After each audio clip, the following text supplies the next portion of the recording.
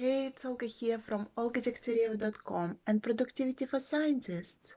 This is where you overcome overwhelm, become more productive, get in charge of your day while feeling happy in your life.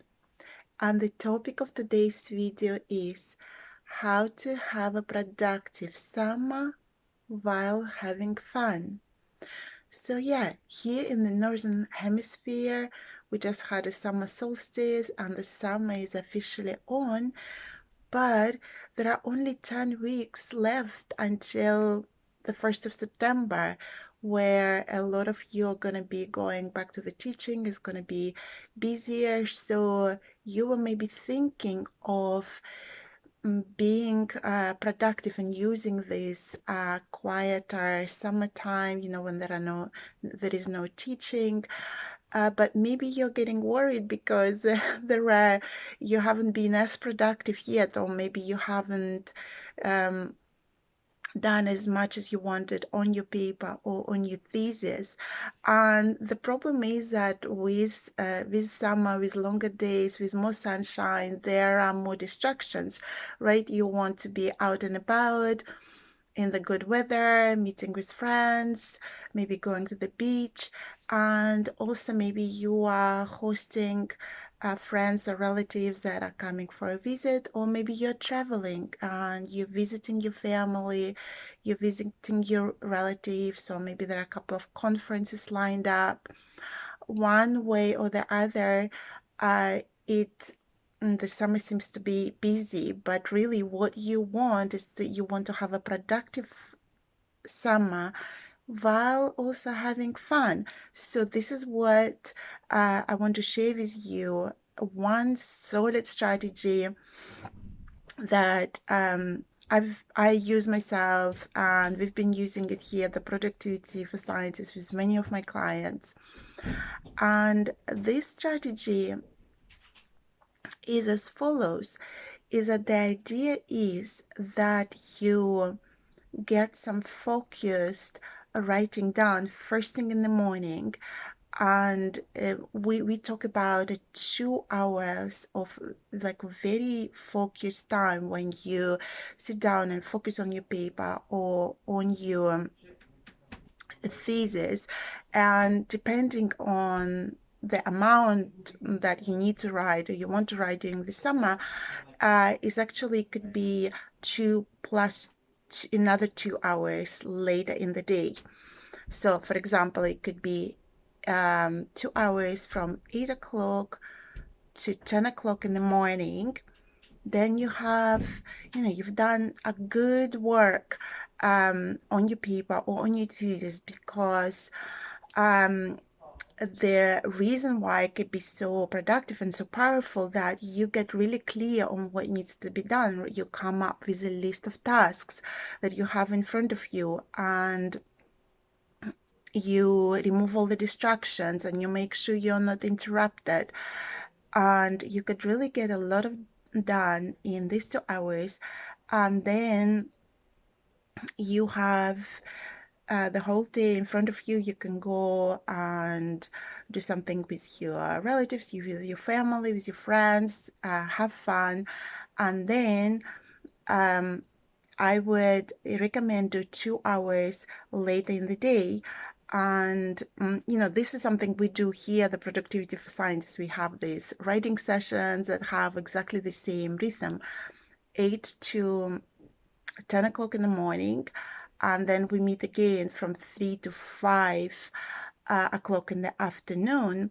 And that's again, it's a very focused time with no distractions, no interruptions when you go through your list, and you can get a lot done in these hours, and you still have plenty of time free to be outside, to have some fun. And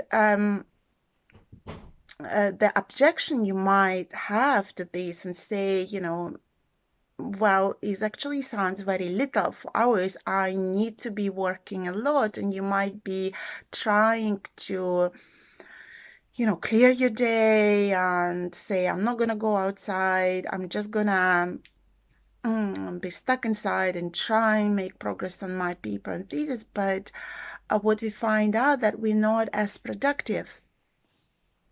And really, 4 hours, I would say, is the maximum in the day that you could be working in a very focused way, sustainably over a long period of time. So doing it for 8 hours a day is a myth.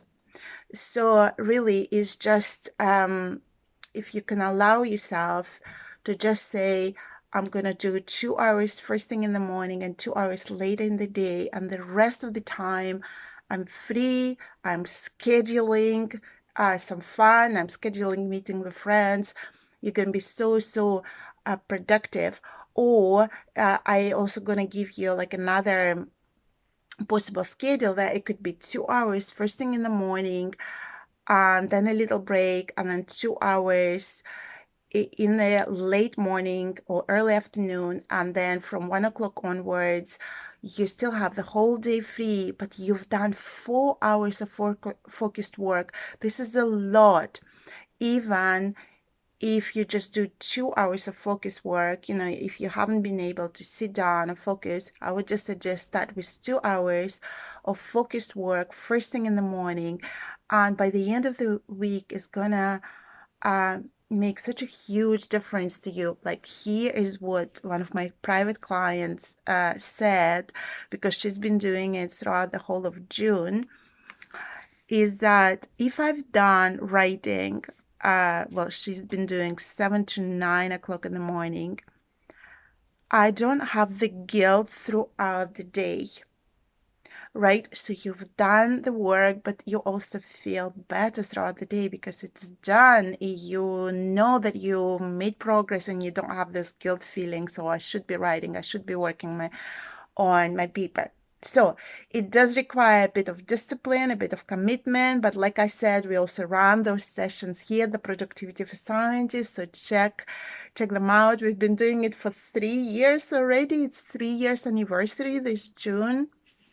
We've been doing it for 3 years, but you can also do it by yourself, with your colleagues or friends, by all means, but it all requires just like the scheduling, commitment, and becoming really clear what are you gonna do in those 2 hours, so that you're and you're just there, and okay, now I'm working on this particular chapter, on this particular section, and I'm looking through these 3 data sets. This is just the examples of the list of tasks. I hope that was helpful. And yeah, schedule your fun, schedule your meetings with friends, visualize it, and